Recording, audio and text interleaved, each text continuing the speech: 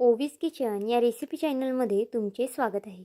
तर आज आपण ना पालकमध्ये रवा टाकून अतिशय वेगळी अशी रेसिपी करणार आहोत. यापूर्वी तुम्ही ही रेसिपी ना कधीच पाहिली नसेल, केली नसेल, पण ज्यांना कोणाला पालक जर आवडत नसेल ना, त्यांनासुद्धा ही रेसिपी खूप जास्त आवडणार आहे आणि तुम्हालासुद्धा नक्कीच ही रेसिपी खूप जास्त आवडणार आहे. कारण की अगदी अप्रतिम ही रेसिपी तयार होते कमीत कमी वेळेमध्ये आणि कमीत कमी साहित्यामध्ये. त्यामुळे नक्कीच व्हिडिओ हा शेवटपर्यंत पहा, कुठे स्किप वगैरे करू नका. आता त्यासाठी ना इथे आपल्याला मूठभर इतपत पालक लागणार आहे. आता ही रेसिपी ना मी 2 जणांसाठी करते, त्यानुसार मूठभर पालक पुरेसा आहे. पण जर तुम्ही जास्त लोकांसाठी करत असाल ना, तर अजून पालक तुम्ही यामध्ये सुद्धा ॲड करू शकता. आता पालकची इथे बघा मी पानं खुडून घेतलेली आहेत.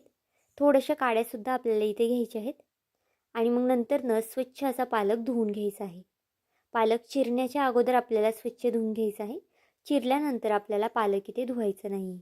त्यामुळे बघा अगोदर मी पालक धुवून घेतला आहे आणि त्याचं व्यवस्थित असं पाणी निथळून तो चिरून घेतला आहे. आणि चिरताना ना तुम्हाला अगदी बारीक असा हा पालक चिरायचा आहे. जितका बारीक कट करता येईल ना तितका इथे बारीक कट करून घ्या. ही रेसिपी ना अगदी वेगळी आहे, पण जर एकदा केली ना तर तुम्ही नेहमीच म्हणजे जेव्हा केव्हा पालक आणाल ना तेव्हा ही रेसिपी करायला विसरणार नाही. कारण की खूप जास्त अप्रतिम ही रेसिपी होते. पाहुणे-रावळे आल्यावर करा किंवा मुलांच्या डब्यासाठी करा किंवा मग अधेमध्ये खायला केली ना तरीसुद्धा अप्रतिमच आहे. तर आता बघा सगळी पालक इथे मी कट करून घेतली आहे आणि अगदी बारीक असा कट करून घेतलेला आहे. इथे आपल्याला ना हिरवी मिरची आणि जिऱ्याचा ठेचासुद्धा लागणार आहे. 2 हिरव्या मिरच्या आणि 1 चमचा जिरं हे मी मिक्सरला बारीक असं फिरून घेतलेलं आहे. तुम्ही जर मिक्सरला वगैरे नसेल फिरवत ना, तर मग एखाद्या खलबत्त्यामध्ये बारीक असं वाटलं तरी चालेल. आता आपल्याला इथे रवा घ्यायचा आहे. तर रवा इथे ना मी बारीक रवा वापरलेला आहे. पण जर तुमच्याकडे जाड रवा असेल ना, तो मिक्सरला फिरून घ्या. तो सुद्धा रवा छान बारीक होतो. आणि रवा आपल्याला बघा इथे चाळून घ्यायचा आहे. इथे कोणताही रवा मी भाजलेला वगैरे नाही आहे. कच्चा रव्याचा तिथे आपल्याला वापर करायचा आहे. अगदी बेसिक सामान आहे. अगदी घरात जे साहित्य अवेलेबल आहे ना, त्यामध्येच आपण ही रेसिपी करत आहोत.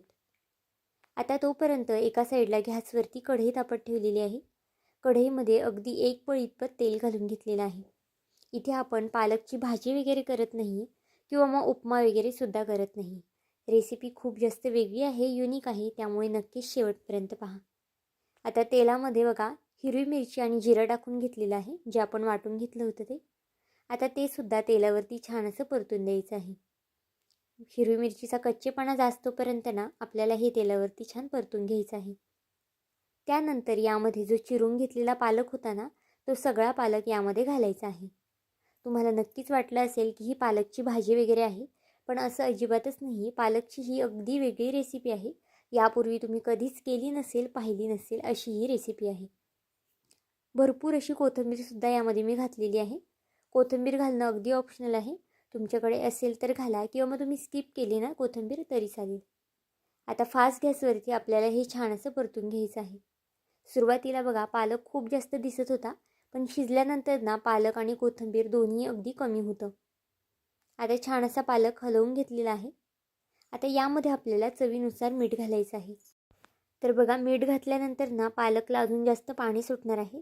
त्यामुळे शक्यतो गॅस हा थोडासा फास्टच ठेवा. बारीक गॅसवरती इथे जर तुम्ही पालक शिजवला ना, तर त्याला खूप जास्त पाणी सुटेल. त्यामुळे शक्यतो फास्ट गॅसवरतीच हे परतून घ्या. आता इथे आपल्याला पालक ना जास्तसुद्धा शिजवायचं नाही. फक्त एखादा मिनिटभर फक्त इथे आपल्याला पालक शिजून घ्यायचा आहे असंच. आता इथे पाहू शकता 1 मिनिटानंतर ना पालकला बऱ्यापैकी पाणी सुटलेलं आहे आणि पालकसुद्धा आता आपला बऱ्यापैकी शिजलेला आहे. आता यामध्ये ना आपल्याला अजून पाणी ॲड करायचं आहे. जर तुम्ही 1 वाटी रवा घेत असाल ना, तर 1 वाटी पाणी वापरा. जर खूप जास्त प्रमाणात करत असाल किंवा मग जास्त लोकांसाठी करत असाल ना, त्यानुसार इथे तुम्ही साहित्याचं प्रमाण कमी जास्त करू शकता. आता पाण्याला छान अशी खळखळून उकळी आणायची आहे आपल्याला. गॅस इथे बघा मी फास्ट केलता आणि पाण्याला छान अशी उकळीसुद्धा आलेली आहे. आता पाण्याला उकळी आल्यानंतर ना गॅस आपल्याला स्लो करायचा आहे रवा घालताना. आणि पाहू शकता रवा इथे अगदी या पद्धतीने आपल्याला घालायचा आहे. एकदमसुद्धा रवा यामध्ये घालू नका. अगदी थोडा थोडा करून रवा यामध्ये घालायचा आहे. बघा इथे जर तुम्ही एकदम रवा घातला ना, तर याच्या गाठी वगैरे सुद्धा होऊ शकतात. त्यामुळे रवा घालताना ना अगदी थोडा थोडा घाला आणि सतत अशा पद्धतीने हलवत राहा.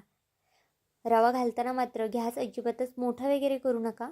अगदी बारीक गॅस ठेवायचा आहे तुम्हाला आणि सतत अशा पद्धतीने हलवत राहायचं आहे. आता अगदी याच पद्धतीने ना सगळा रवा यामध्ये मी घालून घेते. तोपर्यंत जर तुम्ही चॅनलवरती नवीन असाल आणि चॅनलला अजूनही सबस्क्राईब केलं नसेल तर नक्कीच एक लाईक आणि एक सबस्क्राईब करून घ्या. कारण की तुमचे एक एक लाईक एक एक सबस्क्राईब हे नवीन यूट्यूबरसाठी खूप जास्त मोलाचं असतं.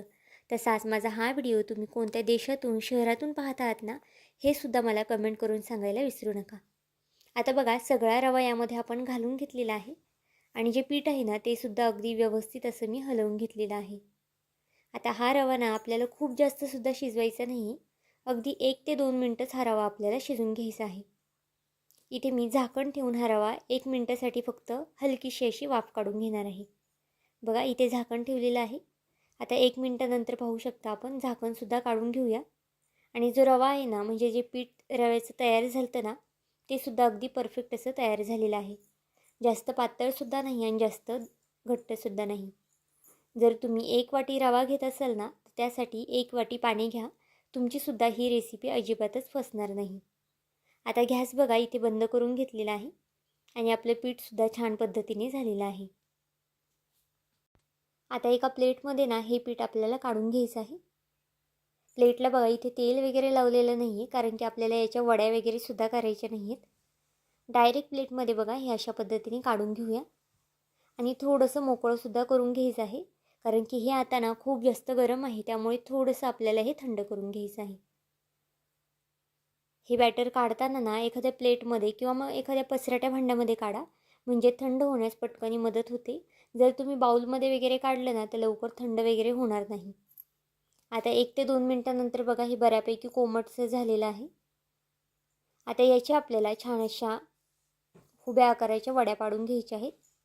तुम्ही या वड्या थापूनसुद्धा करू शकता आणि मग नंतर कटसुद्धा करू शकता. पण इथे ना मी अशा पद्धतीने हातानेच आकार देते. आता याला ना तुम्ही कोणत्याही शेपचा आकार देऊ शकता. तुम्ही गोलाकार आकार देऊ शकता किंवा मग त्रिकोणी किंवा मग एखाद्या कटलेटसारखा चपटा आकार दिला ना तरीसुद्धा चालेल. म्हणजेच काय तुम्ही तुमच्या आवडीनुसार याला आकार देऊ शकता आणि अगदी सहज असा आकार तयार होतो. पाहू शकता अगदी छान पद्धतीने याचा आकार तयार झालेला आहे. आता अशाच पद्धतीने ना सगळे इथे मी करून घेते. हे पीठ ना तुम्ही स्टोअर करूनसुद्धा ठेवू शकता 1 ते 2 दिवसासाठी आणि जेव्हा तुम्हाला गरम गरम अशा वड्या करायच्या असतील ना तेव्हा तुम्ही हा फ्राय करू शकता. 1 ते 2 दिवस ना अगदी आरामात राहतात.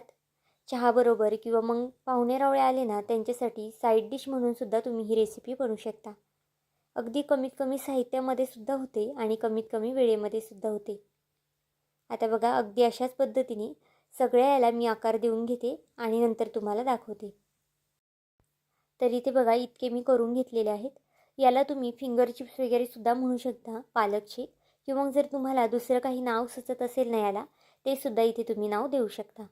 आता बाकीचे बघा इथे मी अशा पद्धतीने 2 बॉलसुद्धा करून घेतलेले आहेत.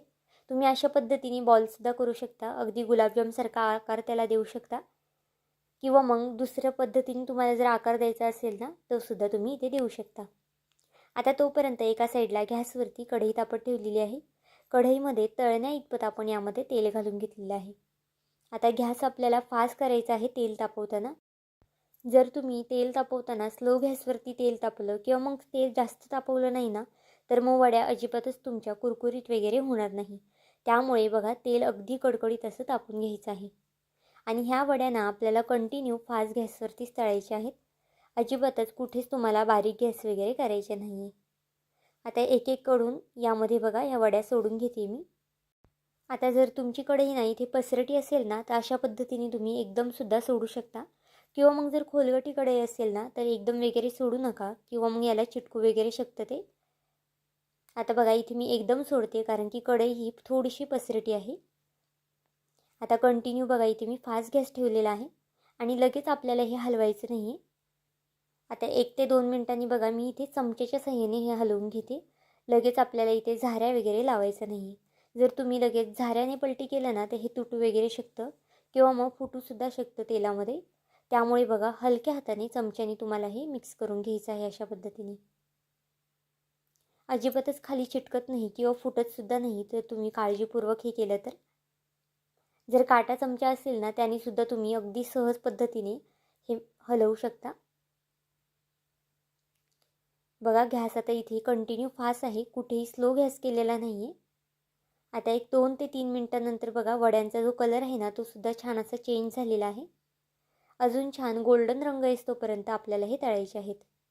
जर तुम्ही अशाच वड्या काढल्या ना तर त्या मऊसुद्धा पडू शकतात आणि कुरकुरीतसुद्धा होणार नाही आणि तेलसुद्धा पितात.